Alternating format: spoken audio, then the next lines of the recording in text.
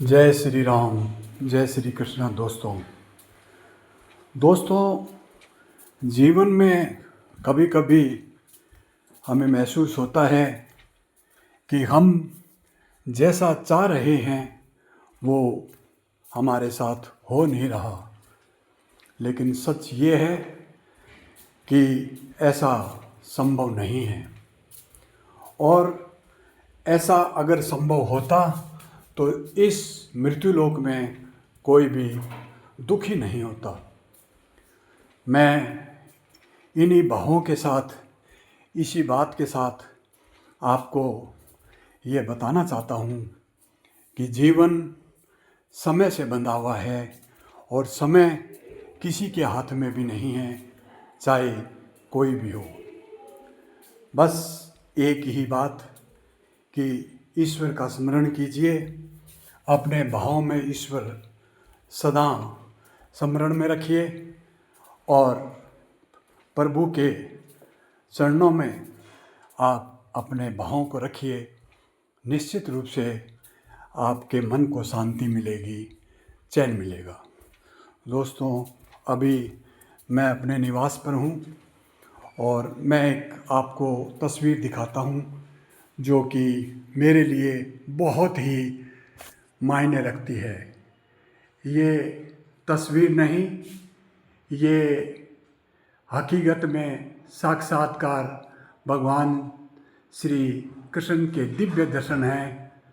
और जब भी मुझे ऐसा लगता है कि जीवन में अब वो नहीं हो रहा जिसे मैं चाहता हूँ, या वो हो रहा है जिससे मेरे को पीड़ा है, तो मैं प्रभु के साक्षात्कार दर्शन करता हूँ।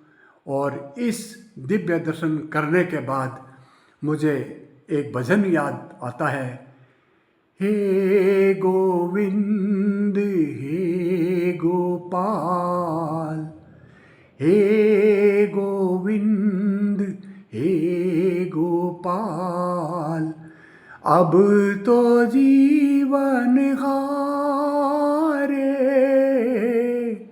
हे गोविंद हे गोपाल।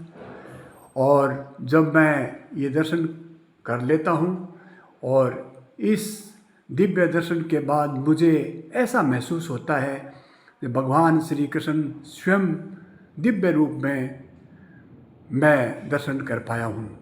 दोस्तों, ये तस्वीर नहीं, साक्षात्कार मेरे भावों के ईश्वर है, मेरे प्रभु है, जिन्हें इस तस्वीर के माध्यम से देखकर मेरे दिल को सुकून मिलता है, आनंद मिलता है, और मैं अपने भाव में भगवान श्री कृष्ण को देखकर आनंदित हो जाता हूँ, प्रसन्न हो जाता हूँ।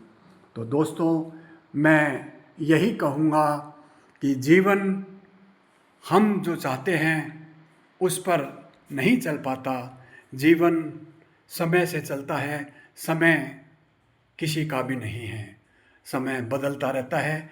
इसलिए माना कि जीवन में बहुत परेशानियां होती है, जिसमें मैं भी हूँ।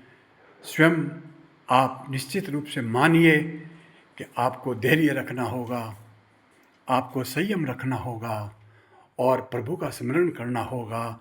उसके अलावा आपके पास, हमारे पास और कोई दूसरा विकल्प नहीं है।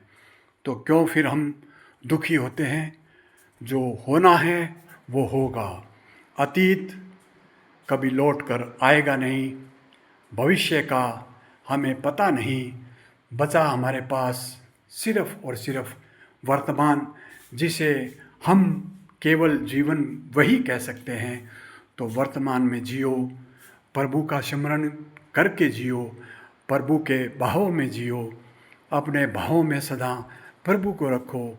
निश्चित रूप से सुकून मिलेगा, आनंद मिलेगा। और मैं यही कहूँगा कि हम निश्चित रूप से आनंदित होंगे और प्रभु का स्मरण करते रहिए।